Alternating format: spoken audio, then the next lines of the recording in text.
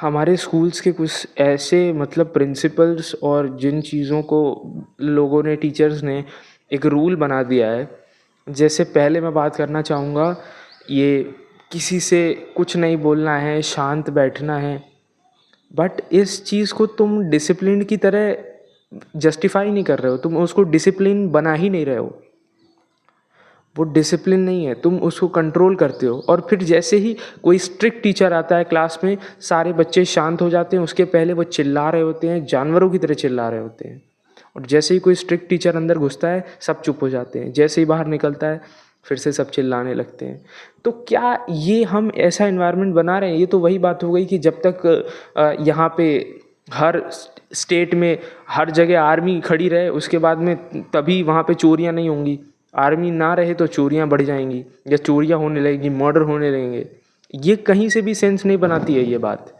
तो यहाँ पे तुम उनको अच्छा बिहेव कैसे करना है, अच्छा एक्ट कैसे करना है, वो बताओ। तुम चिल्ला चिल्ला के तुम उनकी ये बातें तो बंद करवा दोगे कुछ टाइम के लिए, बट ये कहीं से भी सेंस नहीं बनाती है। एक के पीछे एक चलो, ये डिसिप्लिन नहीं है, ये स्लेवरी माइंडसेट है। क्वेश्चंस मत पूछो। टीचर से क्वेश्चन पूछ लो ना, वो परेशान हो जाता है। और वहीं पे जो एक सर है, जो मेरे हिस्ट्री टीचर थे, मैं जब भी उनसे क्वेश्चन पूछता था वो बड़े खुश होते थे मेरे से। एक मेरे लौते टीचर जिन्हें मैं आज दिन तक पसंद करता हूँ, इसी वजह से कि हाँ, वो जो बोलते थे वो इस चीज़ पे सच में विश्वास रखते थे कि हाँ, कि क्वेश्चन पूछने हैं और क्वेश्चंस का जवाब देना है। तो वो खुशी से देते थे। वो ऐसे नहीं देते थे जैसे कहीं और बाकी सारे टीचर्स जो थे, मैं उनसे क्रॉस क्वेश्चन करता था तो बोलते थे बैठ जाओ, ये कर लो, वो कर लो, बाद में आना, ये करना। वो टालते थे, या तो फिर वो बताते थे तो गुस्से से बताते थे।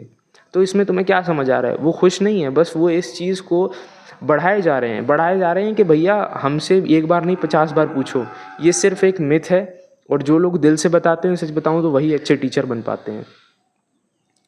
यही एक रियलिटी है। और एक ये जो रिचुअल्स हैं हमारे, ये जितना जितना अच्छा, एक बात सोचो, कौन सा स्कूल है जो डिसिप्लिन की बात नहीं करता है?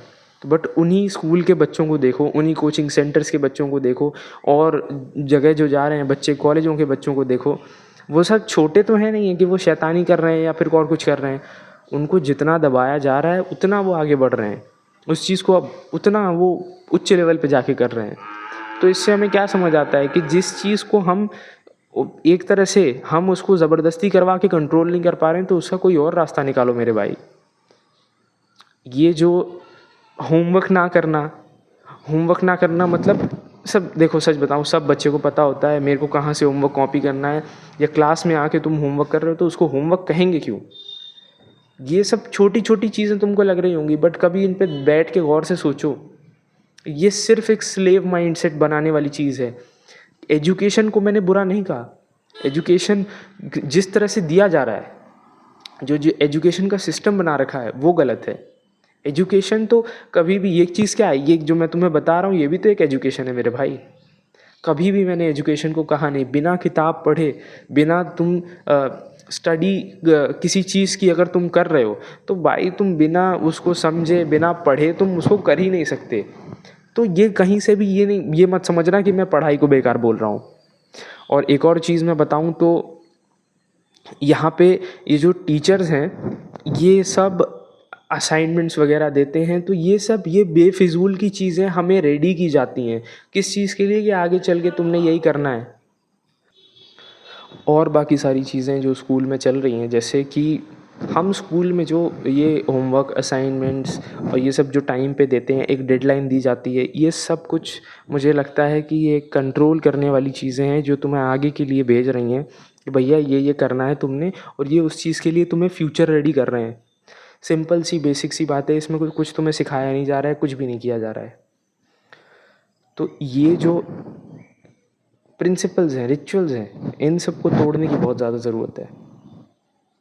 और मुझे नहीं लगता है कि आगे भी ये कुछ ख़त्म होने वाले हैं, तुम अगर कुछ नहीं करोगे तो।